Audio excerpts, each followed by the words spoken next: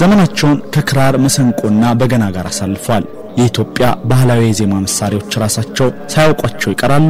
በብዙ ዓለም ሀገራት መሳሪያዎቻቸውን ሻከር ያለ ሳቢ ድምጻቸውንና ከምንም በላይ አገራቸውን ይዘው ተንቀሳቅሰዋል። ከመናገር ማዜም የሚቀናቸውን ወግና ጨዋታቸውን ሁሉ መሰንቆ እየገዘገዙ አሊያም ክራር እየገረፉና በገና እየደረደሩ ቢገልጹ የማይጠሉትን ምናልባትም በህይወታቸው ንግግር ካደረጉበት ጊዜ የሚልቀው ያዜሙበት የሆኑትን ዜማን እንደ አየር የሚተነፍሱት የኢትዮጵያ የባህል ሙዚቃና ዜማ አውራ አለማየሁ ፈንታዬ ቦታው በቀድሞ ወሎ ክፍለ ሀገር ዋግምራ ሰቆጣ ተብሎ የሚጠራ ነው። በክህነት አገልግሎት የሚሰጡትና በአካባቢው የታወቁት ቄስ መምሬ ፈንታዬ ወልደ ገብርኤል የበኩር ልጃቸው ፈለጋቸውን ተከትለው የቤተክርስቲያን አገልጋይ የሆኑ ዘንድ ይጓጉና ይፈልጉ ነበር። እናም አለማየሁ ሲሉ ስም ያወጡለትን ልጃቸውን ወደ ከብት ማገድና እረኝነት አላኩትም። ይልቁንም ፊደል ይቆጥር ዘንድ ወደ የኔታ አላኩት እንጂ በየኔታ ፊት ፊደል ተቆጠረ። መልእክተ ዮሐንስ በቁጥርና በዜማ ተወጣና ንባብ ታወቀበት።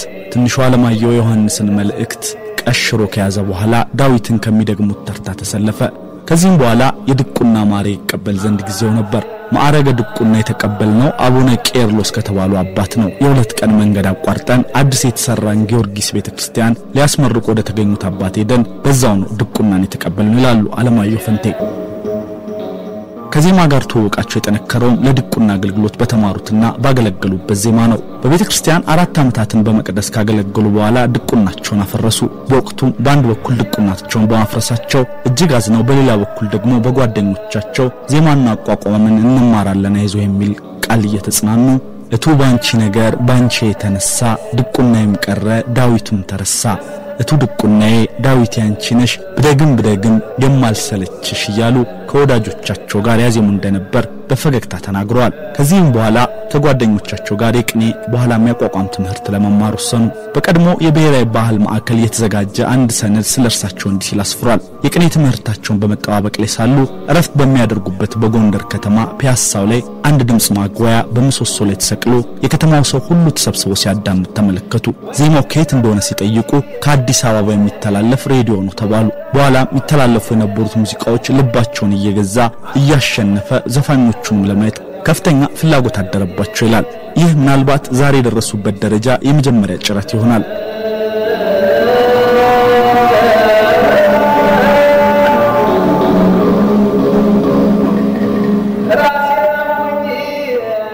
ወደ አዲስ አበባ ያመጣቸውም ይሄው ገጠመኝ ነበር። አዲስ አበባ ከደረሱ በኋላ ቀጨኔ መድኃኔዓለም ቤተክርስቲያን አለቃ ሳህሌ ካሳዬ የተባሉ አጎታቸው ጋር ማረፊያቸውን አደረጉ። የልባቸውን በልባቸው እንደያዙ ከቤተክርስቲያን አገልግሎት ግን ሳይርቁ በአዲስ አበባ ቆዩ። መኮንን ሀብተወልድ የሚባሉ ሀገር ፍቅርን ያቋቋሙ ታላቅ ኢትዮጵያዊ ነበሩ። ለኪነ ጥበብ በጣም ጉጉ የነበሩና የሀገር ባህልና ቅርስን ከፍተኛ ደረጃ ላይ ያደርሳሉ ብለው የተነሱ ሰው ናቸው። ካህናቱንና ዲያቆናትን ከየቤተ ክህነቱ እየፈለጉ ካዝማሪዎችም ችሎታ ያላቸውን እየመረጡ ሰብስበው አገር ፍቅርን አቋቁሞ ጥሩ ይንቀሳቀሱ ነበር።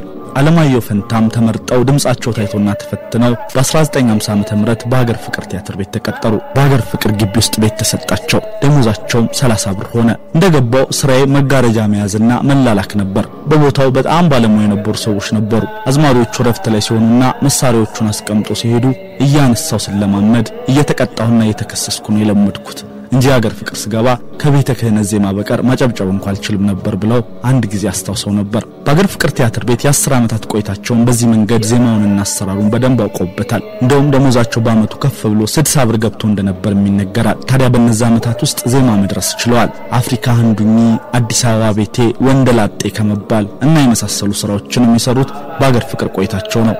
ያሬድ ሙዚቃ ትምህርት ቤት ከባህር ማዶ ያሉ የሙዚቃ መሳሪያዎችንና ዜማዎችን ለማስተማር ሲከፈት የሀገር ውስጥ የሙዚቃ መሳሪያዎች እንዲካተቱ ፍቃድ ተገኘ። እናም ተማሪዎችን ለመቀበል መምህራን ተፈለጉ። ለዚህ የተገኙት ደግሞ አለማየሁ ፈንታዬ ነበሩ። በ1960 ዓ.ም በያሬድ ሙዚቃ ትምህርት ቤት ለመጀመሪያ ጊዜ የባህል የዜማ መሳሪያ መምህር ሆነው ተቀጠሩ።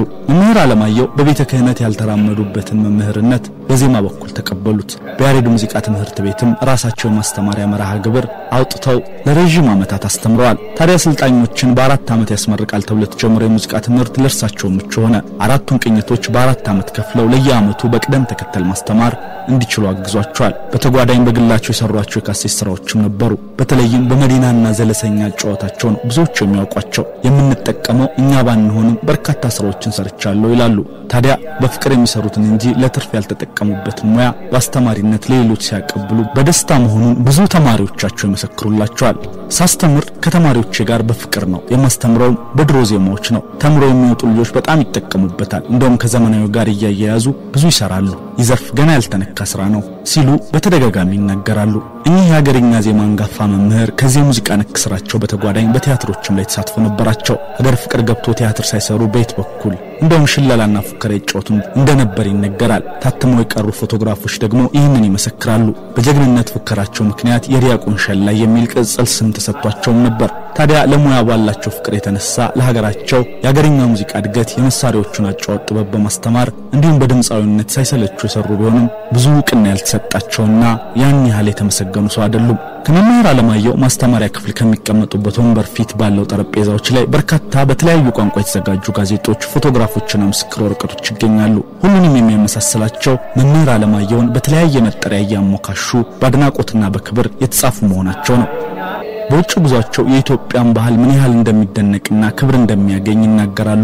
እናም ታዲያ ለመጀመሪያ ጊዜ ከሀገር ሲወጡ ያረፉባት ሀገር ሱዳን ነበረች። በ1957 ዓ.ም ሲሆን በሀገር ፍቅር ቲያትር ቤት እያገለገሉ በነበረበት ወቅት ነው። ከዚህ ይልቅ ግን ትስታቸው ቀድሞ የሚመራቸው በ1959 ዓ.ም መጨረሻ አካባቢ በሴኔጋል የተካሄደው የመጀመሪያው የዓለም ጥቁር ሕዝብ ፌስቲቫል ላይ የነበራቸው ተሳትፎ ነው። የመጀመሪያው የዓለም ጥቁር ሕዝብ ፌስቲቫል ተብሎ ሴኔጋል ተካሄዶ ነበር። በንጉሱ ምርጫ ነበር የተካሄደው። በንጉሱ ምርጫ ነበር እሳቸው የሄዱትም 16 የጥበብ ሰዎች ነበሩ። እነዚህ ሀገራቸውን ወክለው በስፍራው የተገኙ ሙዚቃ ባለሙያዎች ታዲያ በስፍራው የነበረውን ታዳሚና የሀገራት መሪዎችን ሳይቀር ያስደመመ ስራ ሰርተዋል። መምህር አለማየሁ ንጉሱ በጊዜው በጣም ተደስተው ነበር። ሌሎቹም የእናንተ ሀገር አፍሪካ አይደለም እስኪሉ ድረስ ተደንቀው ነበር። አሳምረን ነበር የሰራነው፣ የዓለም መሪዎችም ቆመው አጨብጭበዋል ሲሉ ተናግረው ነበር። በአንድ ቃለ መጠይቃቸው ስራቸውን አቅርበው ሲጨርሱ ከፍተኛ የገንዘብ ሽልማትና ግብዣ ተደረገላቸው። ንጉሱም ለካ እንዲህ ነው የምትሰሩት፣ እናንተ እኮ የሀገር መልክ ናችሁ፣ እናንተን ነው ዓለምን ማዞር፣ እኔ አላውቅም ነበርኩ ብለው ነበር። ይህም የንጉሱ ቃል በተግባር ተገለጠ። የሀገርኛ ሙዚቃውን የያዙት አለማየሁና ባልደረቦቻቸው ቀጥሎም በ1960 ዓ.ም ካናዳ በተካሄደ ዝግጅት ኤክስፖ 67 በተባለ ላይ ለመሳተፍ እድል ተሰጣቸው። በካናዳ ልዩ የሆነ ጊዜን አሳለፉ። ስራቸውንም በየቦታው ሰርተው ተመለሱ። ከዚያ በኋላ በሜክሲኮ ኦሎምፒክ ከአትሌቶቻችን ጋር አብረው ሄዱ። በሄዱበት ሁሉ አድናቆት ያገኛሉ። ሀገራቸውንም ማስተዋወቀው ተከብረው ይመለሱ ነበር። ከሀገራችን ይልቅ በውጭው ያለውን የሚያከብረን ይላሉ በቁጭት አለማየሁ ፈንታ። በግላቸው እጅግ በርካታ የዓለም ሀገራትን አይተዋል፣ ጎብኝተዋል፣ ስራቸውንም አቅርበዋል። በሀገራችን ሙዚቃ በኩል በተሰጠኝ ድርሻ ጥሩ ሰርቻለሁ ብዬ አስባለሁ ይላሉ። በእርግጥ ከጥሩ በላይ ቃልና ገላጭ ከተገኘ የእርሳቸውን ስራ ለመግለጽ ቢያንስ እንጂ አይበዛም። የባህላዊ ዜማ መሳሪያዎች ከመዘንጋት ያተረፏቸው አንድም የእርሳቸው መምህርነት መሆኑን ልብ ይለዋል። ያሬድ ሙዚቃ ትምህርት ቤት ለሀገር ውስጥ ዜማና የዜማ መሳሪያ ትኩረት እንደማይሰጥ በተደጋጋሚ ይነሳል፣ የታወቀ ነገርም ነው። ብሔራዊ የባህል ማዕከል በጥሩ ተነሳሽነት ለአንድ ዓመትና ጥቂት ወራት አካባቢ አንድ ጥሩ መርሃ ግብር ያካሄድ ነበር። ይህም አራዮቻችን ላበረከቱት የከበረ ስራ ሊወደሱና ሊመሰገኑ ይገባቸዋል የሚል መሪ ሐሳብ የነበረው ሲሆን ምንም እንኳን የተቋረጠ ቢሆንም በርካታ አንጋፋዎችን ለማክበር ለማወደስና ለማመስገን ያስቻለ እድልን ፈጥሯል። ማዕከሉ የሀገርኛ ሙዚቃ አውራ ያላቸውን አለማየሁ ፈንታዬንም በሰኔ ወር 2008 ዓ.ም በማዕከሉ ግቢ በተካሄደ ደማቅ መርሃ ግብር አመስግኖ ሽልማት አበርክቶላቸዋል። ታዲያ የሀገርና ባህላዊ መሳሪያዎች አዋቂና የዜማ መምህር የሆኑ ሰው በአገር ውስጥ ከተሰጣቸው ክብርና አድናቆት ይህኛውን አብልጠው እንደሚያስታውሱት ያነሳሉ። በእለቱ ያደረጉት ንግግር ደግሞ ሙያው የተረገመ ተብሎ የሚቆጠር መሰደቢያ ሆኖ የቆየ ነው። ግን የሀገራችን ቅርስ የሆነውን መሳሪያ በመያዜ እንደዛሬ ተደንቄና ተከብሬ ያላውቅም። ይህን ረቂቅ ሙያና የሀገር ቅርስ እኛ ሀገር እንኳን ክብር ባይሰጠው በሌላው ሀገር የከበረ በዛም ያለን አድናቆት ከፍተኛ ነው። ስራውን ጀምረን ከሀገር በወጣን ጊዜ ንጉሱ በእኛ ተደስተው የሰጡ ማበረታቻ በአይምሮዬ ውስጥ ተቀርጾ ስለነበር ስድብና ትችት ከያቅጣጫው ቢኖርም አልተቀበልኩትም። የሙያውን ስነ ምግባር በመጠበቅ በተለይም ደግሞ በመምህርነት ብዙ ጥረት አድርጌያለሁ ብሎ ተናግረው ነበር። ጋሽ አለማየሁ ትዳር ይዘው ቤት መስርተዋል። የአምስት ልጆች አባትና የሁለት ልጆች አያት ሆነዋል። ሙዚቃ ራሱን የቻለ ቋንቋ ነው። ነፋስ አይታይም፣ ግን ዛፉን ሲያወዛውዝና ሲያስጨፍር ይታያል። ሙዚቃም እንደዛው ነው። ሙዚቃ ቀስቃሽ ነው፣ አዝናኝና አስተማሪ፣ ታሪክና ሁለተኛ ቋንቋ ነው። ሙዚቃችን በጣም ዋጋ ያለው ነው ይላሉ ዜማን እንደ አየር የሚተነፍሱት የኢትዮጵያ የባህል ሙዚቃና ዜማ አውራ አለማየሁ ፈንታዬ። አለማየሁ